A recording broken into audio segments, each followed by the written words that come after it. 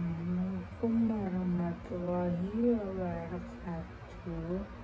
Perkenalkan, kami dari kelompok 2 akan mempresentasikan tentang debit investment.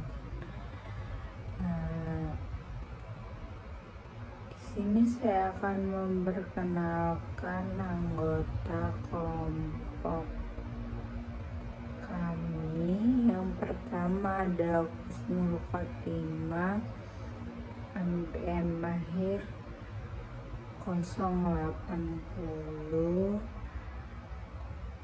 Selanjutnya Telita Aurel Agatha, MPM Mahir 289. Yang selanjutnya Hani Gita Amalia, MPM Mahir 290. Selanjutnya saya sendiri yaitu Salsabila Azhara, MPM Mahir 292. Yang terakhir yaitu Karoma, MPM Mahir 294. Dua jenis aset keuangan yaitu ada debit atau investasi utang.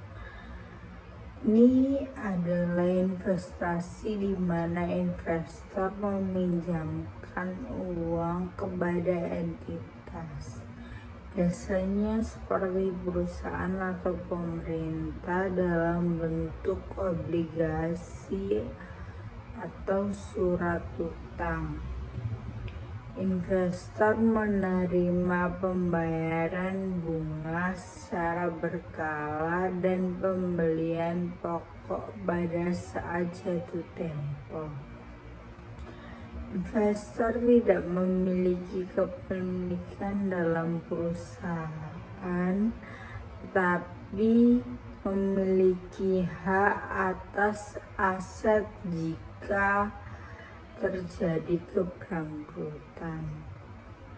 Yang kedua yaitu ada equity atau investasi ekuitas. Ini adalah investasi dalam bentuk kepemilikan saham di sebuah perusahaan. Investor menjadi pemilik sebagian perusahaan dan berhak mendapatkan dividen serta keuntungan modal jika nilai saham meningkat. Resiko lebih tinggi dibandingkan debit karena potensi keuntungan juga lebih besar karena investor berbagi dalam keberhasilan atau kegagalan perusahaan. Selanjutnya itu ada motivasi untuk berinvestasi. Yang pertama yaitu ada mencari imbal hasil tinggi. Yang kedua yaitu mengamankan aktivitas atau mengatur keuangan dengan perusahaan lain, khususnya melalui sekuritas.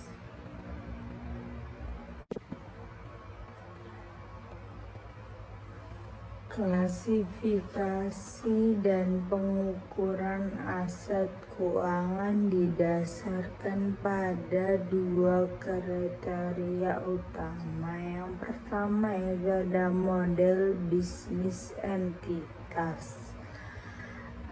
Cara entitas mengelola aset keuangan, apakah untuk mengumpulkan arus kas, menjual, dan mengkombinasi keduanya.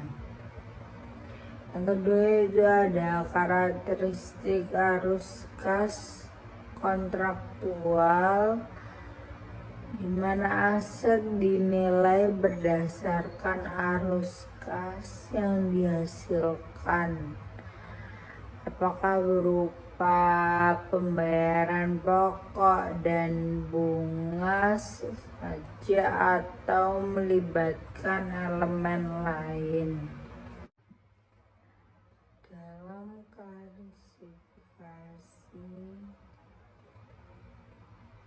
dan pengukuran aset keuangan, ada dua metode utama untuk mengukur aset keuangan.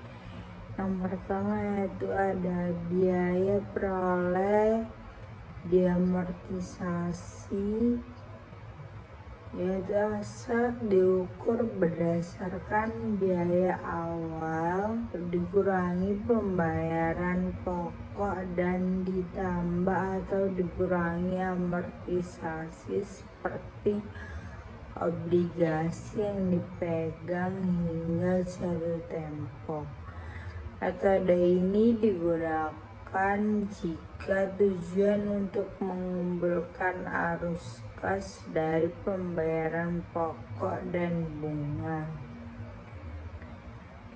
Yang kedua itu ada nilai wajar, yaitu aset diukur berdasarkan nilai pasar saat ini.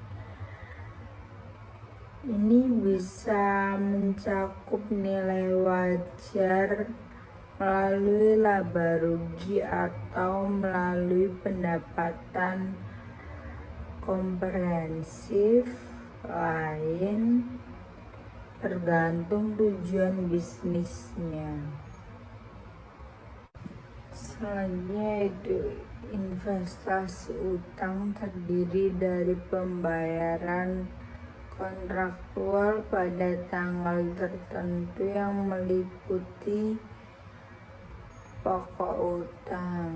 Ini jumlah utama yang dipinjamkan. Yang kedua yaitu bunga dan sisa pokok utang. Membayar bunga secara berkala dan pengambilan pokok pada saat jatuh tempo. Investasi utang suatu entitas dibagi menjadi 3 kategori. Yang pertama yaitu dimiliki atau held for collection. Investasi yang tujuannya untuk mengumpulkan arus kas dari pokok dan bunga hingga jatuh tempo. Yang kedua yaitu dimiliki untuk dijual atau held for collection and selling. Investasi yang tujuannya untuk mengumpulkan arus kas, tetapi mungkin juga dijual sebelum jatuh tempo.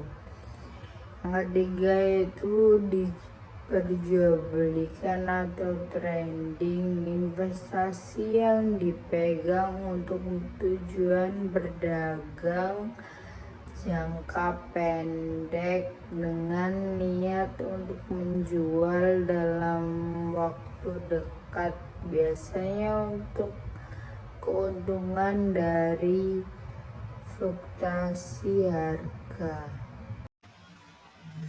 Selanjutnya yaitu klasifikasi dan pengukuran aset keuangan. Yang pertama ada hutang, yaitu memenuhi model bisnis untuk disimpan, ditagih, dan pengujian arus kas kontraktual.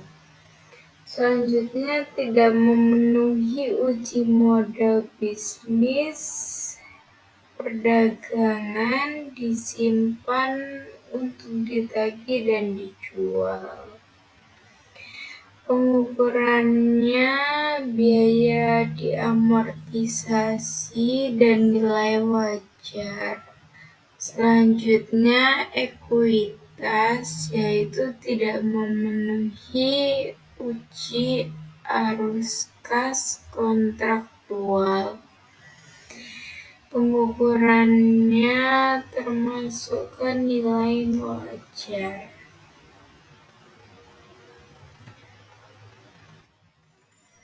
Selanjutnya, investasi utang pada biaya perolehan diamortisasi. Contohnya, pada tanggal 1 Januari 2019, Robin membeli 100.000 obligasi 8% milik Evermaster pada harga diskon dan membayar 92.278 obligasi jatuh tempo pada 1 Januari 2024 dan imbal hasilnya 10%.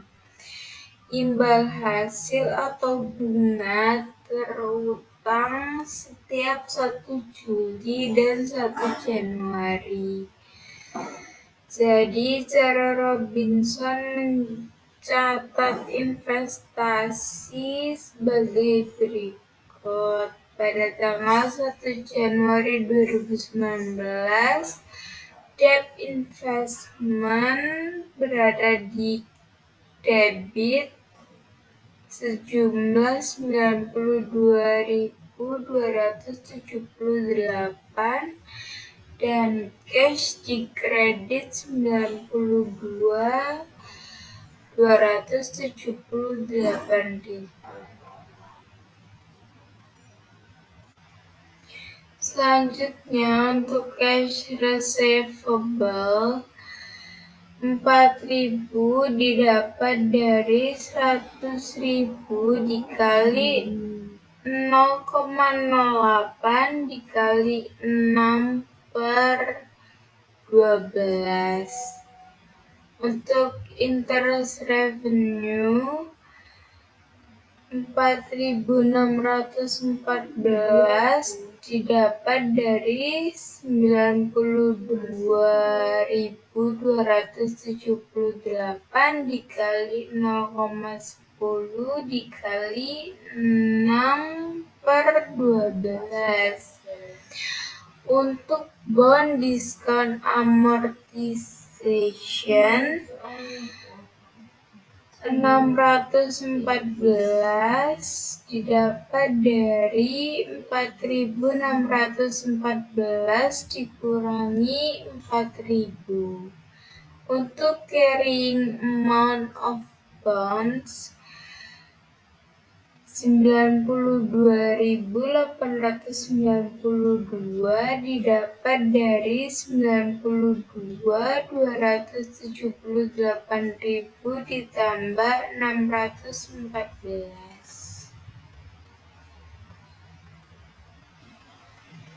Selanjutnya, Robinson mencatat penerimaan imbal hasil atau bunga semesteran yang pertama pada 1 Juli 2019 sebagai berikut. Cash di debit sebesar 4.000, debt investment di debit sebesar 614 dan interest revenue berada di kredit sebesar 4.614. Selanjutnya yaitu investasi utang pada biaya perolehan diamortisasi. Jadi di sini Robinson menggunakan tahun kalender sebagai tahun buku, maka ia akan mengakui akrual imbal hasil atau bunga dan mengamortisasi diskon pada tanggal 31 Desember 2019. Nah, jadi di sini ada interest receivable-nya sebesar 4.000 ya, dan debt investment-nya sebesar 645 didapatkan dari tabel dan ada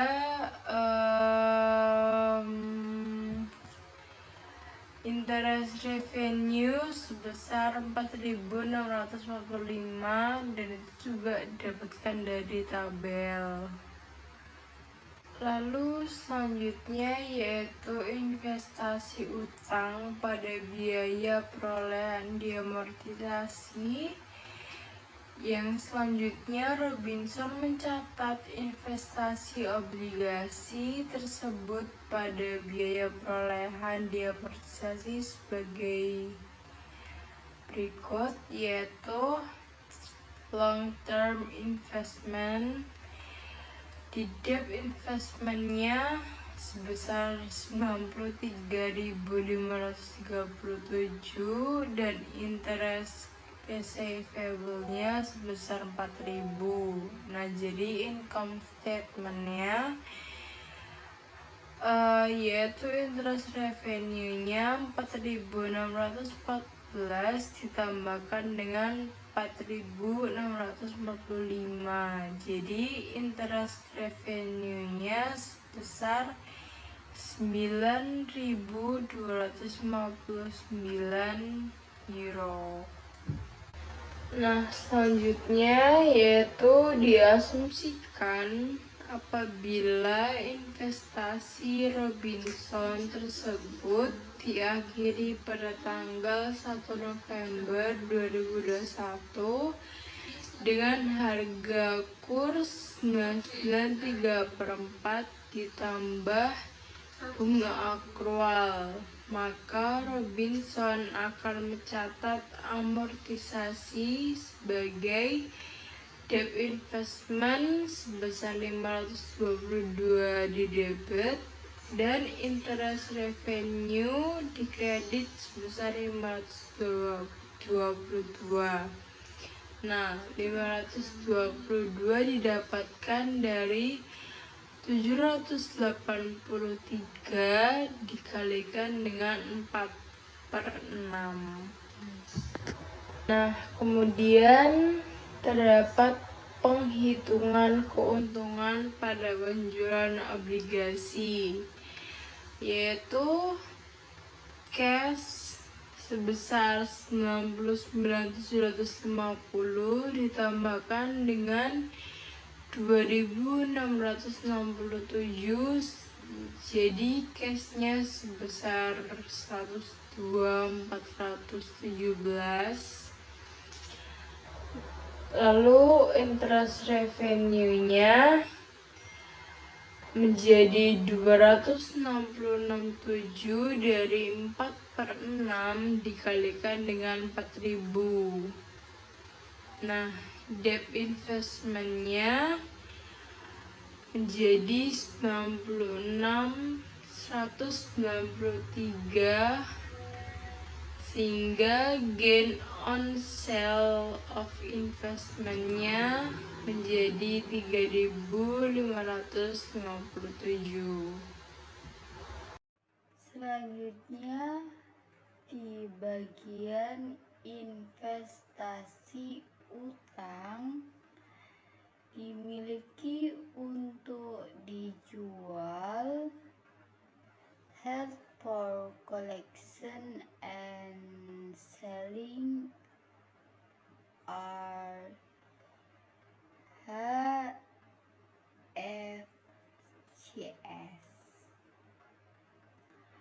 Pada dasarnya, selama periode pelaporan, akuntansi untuk investasi utang yang dimiliki untuk dijual sama dengan akuntansi pada investasi utang dimiliki atau held for collection.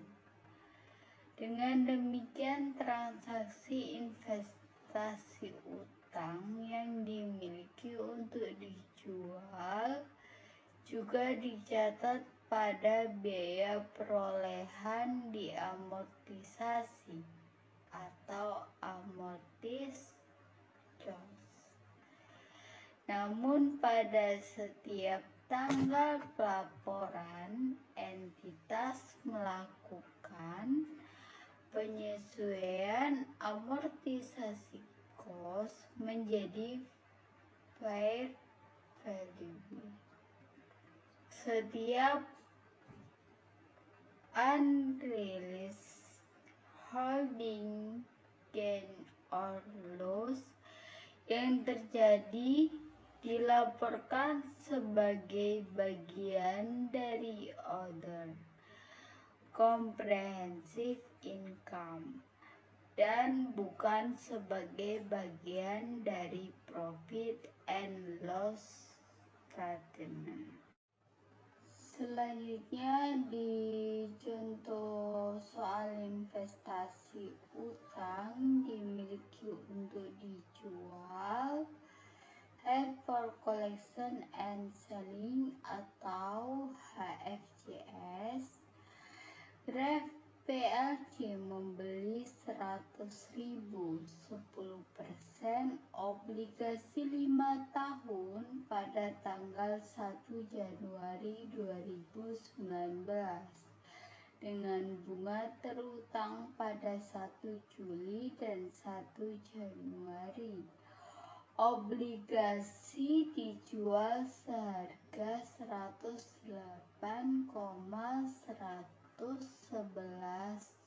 rupiah yang menghasilkan premium sebesar 8,111 dan tingkat bunga efektif 8%.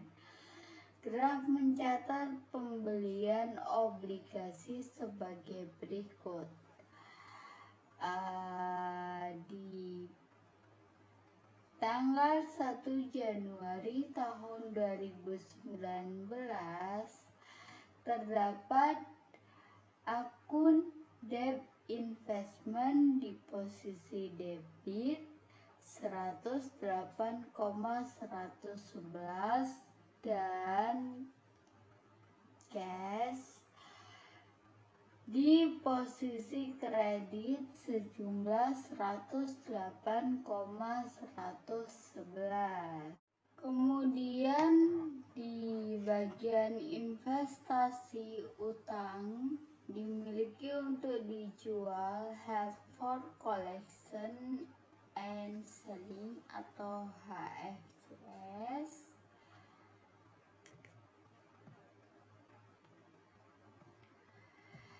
Terdapat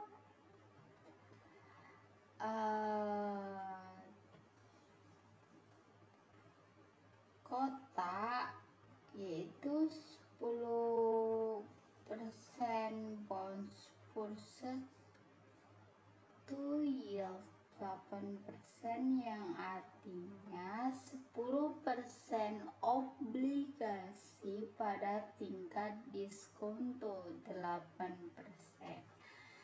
Di situ terdapat debt yang artinya tanggal, cash reserved, kas yang dibayarkan, interest revenue yang artinya beban bunga, kemudian amortisasi premi yang artinya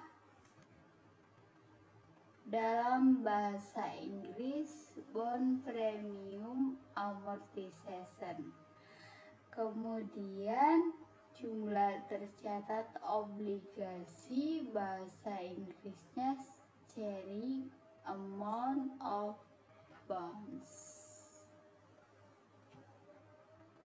Kemudian di investasi utang dimiliki untuk dijual, held for collection and selling HFCS.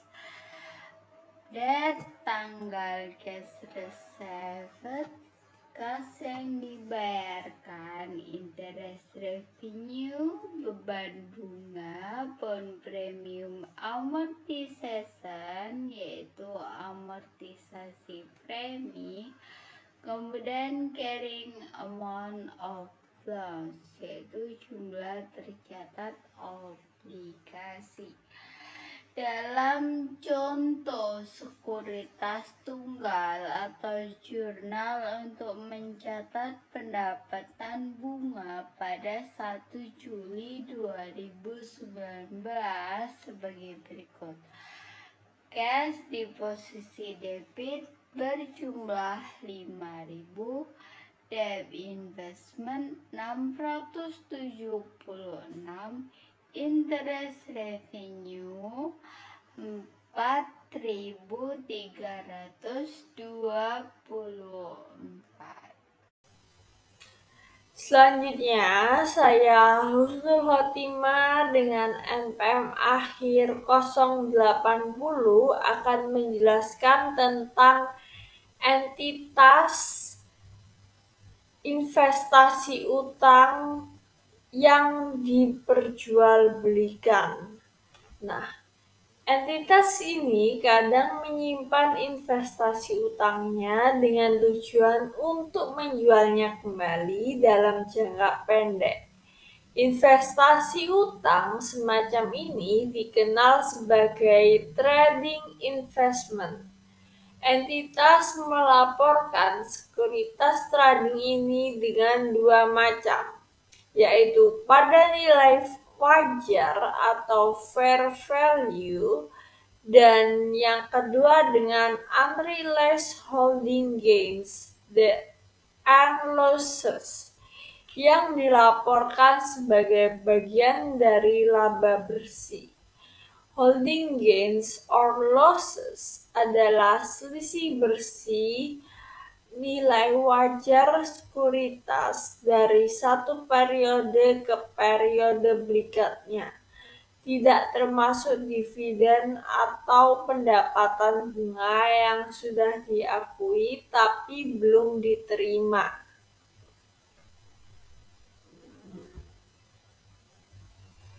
Di sini ada contoh soal yang mengasumsikan bahwa pada tanggal 31 Desember 2019, Western Publishing menetapkan portofolio sekuritas tradingnya seperti tampak di bawah ini.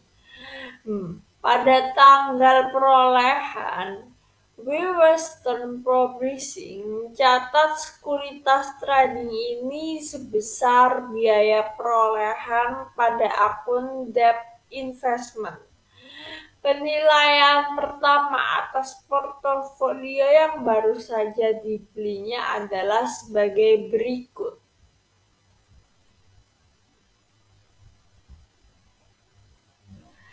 Maka cara menjawabnya adalah pada tanggal 31 Desember, Western Publishing membuat jurnal penyesuaian akun fair value adjustment untuk mencatat baik peningkatan nilai maupun unrealized holding gain-nya. Selanjutnya, saya akan menjelaskan tentang opsi nilai wajar. Entitas memiliki opsi untuk melaporkan sebagian besar aset keuangan pada nilai wajar. Seluruh keuntungan dan kerugian yang terkait dengan perubahan nilai wajar dilaporkan dalam laporan laba rugi. Dengan ketentuan yang pertama, yaitu diterapkan pada basis instrumen dengan instrumen. Yang kedua, yaitu dengan pada umumnya dilakukan hanya pada saat pertama kali entitas membeli aset keuangan atau terjadinya liabilitas keuangan. Nah, yang ketiga yaitu entitas harus mengukur instrumen ini dengan nilai wajar hingga entitas tidak lagi memilikinya.